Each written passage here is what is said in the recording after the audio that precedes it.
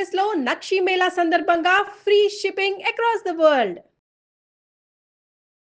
నమస్తే రమ్మగారు. నమస్తే జయ. రమ్మగారు, ప్రతిరోజు పూజ చేసుకునే వాళ్ళం ఉంటాం అనునిత్యం.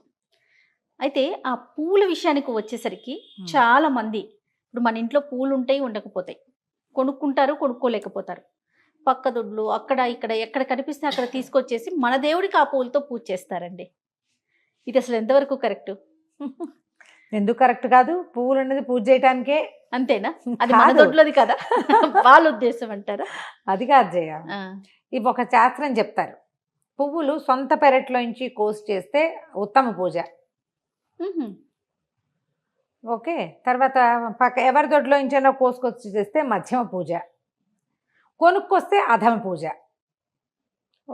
ఇప్పుడు కొనుక్కు రాకుండా ఎవరి దొడ్లలో పువ్వులు ఉంటే ఈ పాయింట్ ఎక్కడి నుంచి పుట్టించారో నాకు అసలు ఎప్పుడూ అర్థం కాదు. మనం ఎవరి దొడ్లో నుంచి, ఇప్పుడు మీ దొడ్లో పువ్వులు ఉన్నాయి, నేను నిన్ను అడిగి కోసుకుంటే ఏ తప్పు లేదు, అడగకుండా కోసుకుంటే పూజ మంచిది కాదు. వాళ్ళు తిట్టుకుంటారు కదా, అవును అవును, మా పూలని కోసుకుంటారు దొంగ మొహాలు ఎవరో అని. ఇప్పుడు ఈ పాయింట్ ఇద్దరు ముగ్గురు గురువు గారు చెప్పగా విన్నాం, చాలా పుస్తకాల్లో కూడా కనపడుతుంది. ఇప్పుడు అపార్ట్మెంట్లో ఉన్నాం, మన జీవితాలు ఎలా ఉన్నాయి జయ?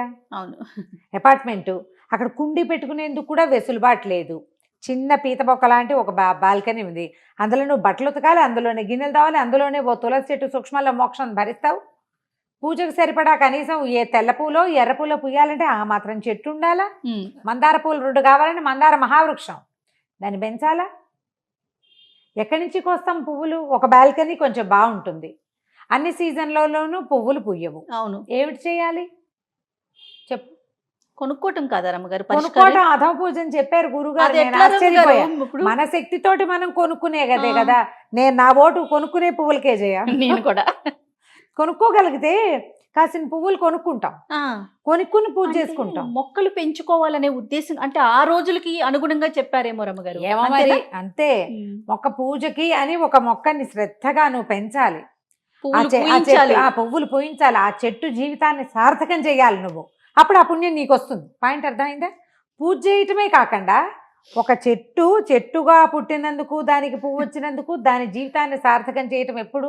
భగవంతుడి పాదాల చెంత చేరినప్పుడే దాని జీవితం సార్థకం అవుతుంది, ఆ పుణ్యం నీకు యాడ్ అవుతుంది. అంతే. Catch my point? అది కాబట్టి నువ్వు చెట్లను పెట్టుకోవాలి. పెట్టుకోలేని పరిస్థితి ఉన్న వాళ్ళ పని మీ పూజ వేస్టే అంటే వాళ్ళు ఏమైపోవాలి? అందుకని ఇప్పుడు కాదు రమ్మగారు, నేను కూడా కొనొద్దు అని చెప్తే పక్కన వాళ్ళ దొడ్ల మీద పడిపోవటమే కదా. కొనద్దు అంటే కుదరదు, పక్క వాళ్ళ తోటల మీద పడిపోకూడదు. మనం వాకింగ్కి వెళ్తామా, అలా పువ్వులు కనపడుతుంటాయి. చాలా మంది వాకింగ్ లో పువ్వులు కోసుకొచ్చుకునే వాళ్ళు ఉంటారు, కొల్లలు పోసుకొచ్చుకుంటారు. నేనైతే నేల మీద రాలిన పారిజాతాలు చూస్తే నాకు ప్రాణం వెంపర్లాడిపోతాయి. అయ్యో పారిజాతాలన్నీ పోతున్నాయే అనిపిస్తుంది. ఎవరికైనా అనిపిస్తుంది. ఇప్పుడు అసలు వాకింగే లేదనుకో, బొత్తిగా సంవత్సరం 2-3 ఏళ్ళు అయిపోయింది వాకింగ్ లేదు, ఏం లేదు, మార్నింగ్ వాక్ అస్సలు లేదు. ఈ పని చేస్తాం. ఇది తప్పు అంటే తప్పేం కాదు, ఇది తప్ప అంటే మరీ అంత పెద్ద తప్పేం కాదు. మనం ఏ పువ్వులతోటైనా పూజ చేసుకోవచ్చు. మీరే ఒక మొక్క పెంచి ఇలా చెయ్యండి, ఇది చాలా అత్యద్భుతమైన విషయం. మిగిలింది పనికి మాలిందని మాత్రం అనకూడదు సుమి. కానీ అడిగి కోసుకోవాలి కదా. అడిగి కోసుకోవాలి, అడుగు, పక్కింట్లో అడిగితే వాళ్ళు కోసుకొని ఇస్తారు. ఒక రోజు సరేలే ఏదో ముద్దుగా అంటారు, రోజు కోసుకొని ఇస్తారా? అదే. మీరు ఇంతకీ ఇది ఏం తేల్చట్లేదు విషయం. తేల్చాను, మొక్కలు పెట్టి పూలు పూయించి వేయించండి, చేసుకోండి పూజ. లేదండి, అవకాశం కొనుక్కోండి. అమ్మయ్య, ఓకే, కొనుక్కోండి, కొనుక్కున్న పువ్వులతో పూజ చేయండి. ఈ పూజ చేసిన తర్వాత ఏం చేస్తారు అనేది ఒక క్వశ్చన్. అవునండి, అంతేనా? దేవుడికి ఇప్పుడు ఈ పూలు పెట్టేస్తాం, మరుసటి రోజు తీసివేయాలి కదా, వాటిని ఎక్కడ వేయాలి రమ్మగారు? నిర్మాల్యం అంటారు. భగవన్ నిర్మాల్యము, పాదాలు అంటకూడదు, ఎవరూ తొక్కకూడదు. అందుకని ఏం చేయాలి మనం? ఇన్నేసి పువ్వులతో పూజ కాకుండా చక్కగా తేలిగ్గా, ఇప్పుడు మనం ఈ చామంతులు తర్వాత గులాబీలు కొంటామా, వాటి దుంపలు పిలకయ్యావి, అసలు వాడవు, పువ్వు కదలవు. ఎలా ఉన్న పువ్వు అలాగే ఉంటుంది 10 రోజులైనా వచ్చేస్తున్నాయి కదా. అవి ఏ మట్టిలో వేసినా కరగవు, కదలవు, కాగిత పువ్వుల్లాగా సంవత్సరమైనా కుళ్ళవు. తక్కువ పూలతో పూజ చేయండి అమ్మా చక్కగా. అందుకని దొడ్లో పెట్టుకోమని చెప్పింది. ఎందుకంటే దొడ్లలో ఏం మొక్క పూస్తాయి మనకి? గరుడు వర్ధనాలు, నందివర్ధనాలు, తర్వాత ఏమో ఏమంటారు వీటిని, గన్నేరు పూలు, తేలికగా పల్చటి పువ్వు. మందారాలు కూడా మర్నాడు పొద్దుటికి మెత్తగా అయిపోతాయి, రెండో రోజుకి పువ్వు అవును. మట్టిలో కలిపడానికి సిద్ధంగా ఉంటుంది. అవునండి. అలాంటి పువ్వులతో పూజ అయితే మనకు సులువు. ఇప్పుడు మనకు బాల్కనీలే ఉన్నాయి, పెద్ద నేల లేదు, ఈ నిర్మాల్యాన్ని మట్టిలో వేయండి అంటే మనకంత మట్టి లేదు, చెత్తబుట్లో వేస్తారు. ఆ పని చేయకూడదు. అందుకని పువ్వులతోటి సినిమాల్లో వేసినట్టు కుప్పలు తెప్పలుగా ఇన్నేసి పువ్వులు పుష్పయాగం చేసినట్టు చేయకుండా కొద్దిగా 4 పువ్వులతోటి పూజ చేసుకుని, మెత్తటి పువ్వులు ఏమైనా దొరికితే వాటితో పూజ చేసుకుని, మన ఇంట్లోనే కుండీ ఉంటే ఏదైనా ఒక కుండీలో పడేసుకోండి.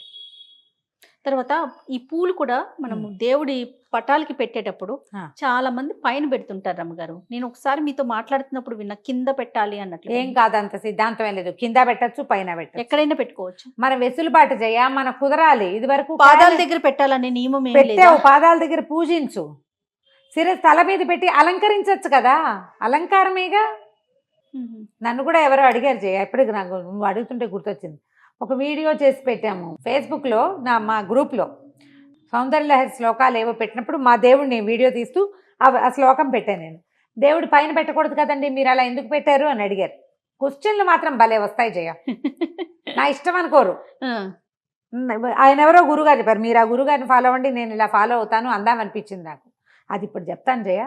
పాదాలకి పూజ చేసుకుంటాం, పాదార విందాలకే సమర్పిస్తాం, అన్నీ పాదార విందానికే సమర్పిస్తాం. మన ఇంట్లో పటాలే ఉన్నాయి, ఆ పటం పై భాగంలో పెడితే పువ్వు అలంకారం, దేవుడి ప్రతిమ చూస్తే మనకు ఒక సంతోషం కలుగుతుంది.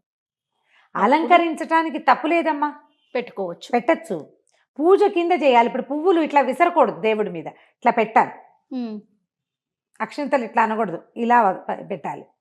ఈ పైన అలంకారానికి పుష్పాలు చక్కగా పెట్టచ్చు, అందులో ఏం పెద్ద తప్పేం లేదు, అంత భయము లేదు, అంత భయపడక్కర్లేదు. మీరు చూడండి, తమిళనాట కొన్ని దేవతల విగ్రహాలకి ఆలయాల్లో అమ్మవార్ల శిరస్సు మీద ఆ కదళిత ఫలాలు పెడుతుంటారు, అరటిపళ్ళ అద్దం పెడతారు. ఎందుకు మరి వాళ్ళు పెట్టారే చెప్పు? అవును. పైగా ఈ ప్రశ్నించకూడదు, ప్రధానమైంది. నేను నిన్ను అడిగితే చెప్పు, నువ్వు నాకు నేనేం చేశాను నువ్వు అడగకూడదు. దేవి దేవతల విషయం అనుమానం ఉంటే నివృత్తి చేసుకోవచ్చు, కానీ ప్రశ్నలు కరెక్ట్ కాదు. ప్రశ్నలు కరెక్ట్ కాదు. మనకి పటమే ఉంది, క్యాలెండర్ పెట్టి పూజ చేసుకునే వాళ్ళు ఎంతమంది ఉన్నారో జయ.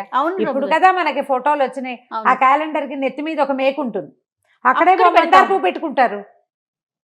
ప్రతి వాళ్ళకి ఇట్లా దండ వేయటానికి అవకాశం ఉంటుందా?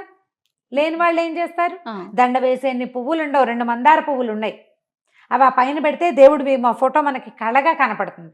మన ఆత్మానుభవం, ఆత్మకి సంతోషమే కదా మనకి. దానికి అంత ప్రశ్నించద్దు. మీ ఓపికను బట్టి, మీ వెసులుబాటుని బట్టి లక్షణంగా చేసుకోండి.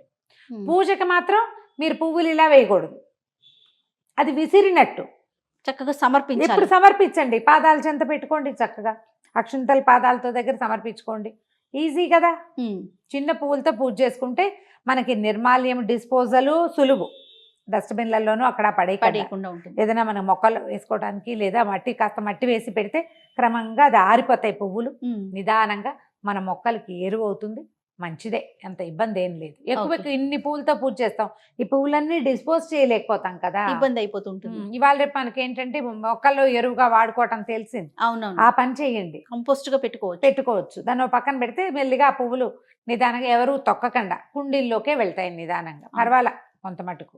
ఇంకా రమ్మగారు, పలానా దేవుడికి ఈ పువ్వు పెట్టాలి అలాంటి నియమం ఏమన్నా ఉంది? ఇప్పుడు అమ్మవార్లకి ఈ కలరు, ఈ రంగులో ఉన్న పుష్పాలను సమర్పించాలి, అలాంటి నియమాలు ఉన్నాయి కదండి? కొన్ని అవి ఇప్పుడు మనకి దొరకటాన్ని బట్టి కదా, దొరికే దాన్ని బట్టి. ఇప్పుడు తులసి దళాలు విష్ణువుకి, మారేడు దళాలు శివుడికి, అమ్మవారికి సువాసన వచ్చే ఏ పువ్వులనైనా చామంతి పువ్వులతో సహా చక్కగా సమర్పించుకోవచ్చు. కనకాంబరాలు అవి వాసన రావు కాబట్టి వాటితో పూజించరు. కనకాంబరాలు, చంద్రకాంతాలు అవి ఏంటంటే చంద్రకాంతాలు సాయంకాలం పూట కాసేపే ఉంటాయి. జాజులు, మల్లెలు, మొల్లలు వాటన్నిటితోటి మనం పూజ చేసుకుంటాం. వాటికి అంత అభ్యంతరం ఏం లేదమ్మా. ఈ సీజన్లో మనకి గులాబీలు, చామంతులు మాత్రమే వస్తాయి, వాటితోటి పూజ చేసుకుంటాం. మనకి కాస్త ఈ గరుడ వర్ధనం, నంది వర్ధనం లాంటివి కనుక చిన్న మొక్కలైనా కుండీల్లో పెట్టుకోగలిగితే తెల్ల పువ్వులు వస్తాయి. 2-3 తెల్లటి పువ్వులు, సుబ్రహ్మణ్య స్వామికి తెల్లని పువ్వులు, వినాయకుడికి మందారాలు కానీ గన్నేరు పువ్వులు కానీ సమర్పించవచ్చు. విష్ణువుకి గన్నేరు పెట్టకూడదు, పెట్టచ్చు. ఇలా బోల్డ్ అనే లెక్కలు ఉంటాయి. మనకి మన ఉపస్థితిని బట్టి కదా, ఉండటాన్ని బట్టి. అంతే. ఉంటే ఏదైనా పూజ. ఏమీ లేనప్పుడు ఏం చేస్తావు చెప్పు. ఉన్నదాంతోనే సరిపెట్టుకోవాలి. సరిపెట్టుకోవాలి కదా. ఆయన పేరేంటి, మన ఆదిశంకరాచార్యుల వారు ఒక మనకి శివానంద లహరిలో ఒక శ్లోకం చెప్తారు. పువ్వుల కోసం జడమతి పిచ్చివాడు సముద్రాల వెంట కొండల వెంట అక్కడికి ఇక్కడికి చెరువుల కోసం పరిగెడతాడు. కొండలెక్కి పువ్వులు కోసుకొస్తారు, చెట్ల కోసం వెళ్తారు, చెరువుల్లో ఉన్న కమలాలు తెస్తారు. ఎందుకు? నీ హృదయ కమలాన్ని అర్పించద్దు భగవంతుడికి? నా మనసుని అర్పిస్తాను నేను, అంత ప్రయత్నం చేయలేను నేను. నిత్యము అనుక్షణము నా మనసు అనే కమలాన్ని నీకు సమర్పిస్తాను ప్రభు, నన్ను మన్నించు, నన్ను క్షమించు, నన్ను ఆదరించు అని.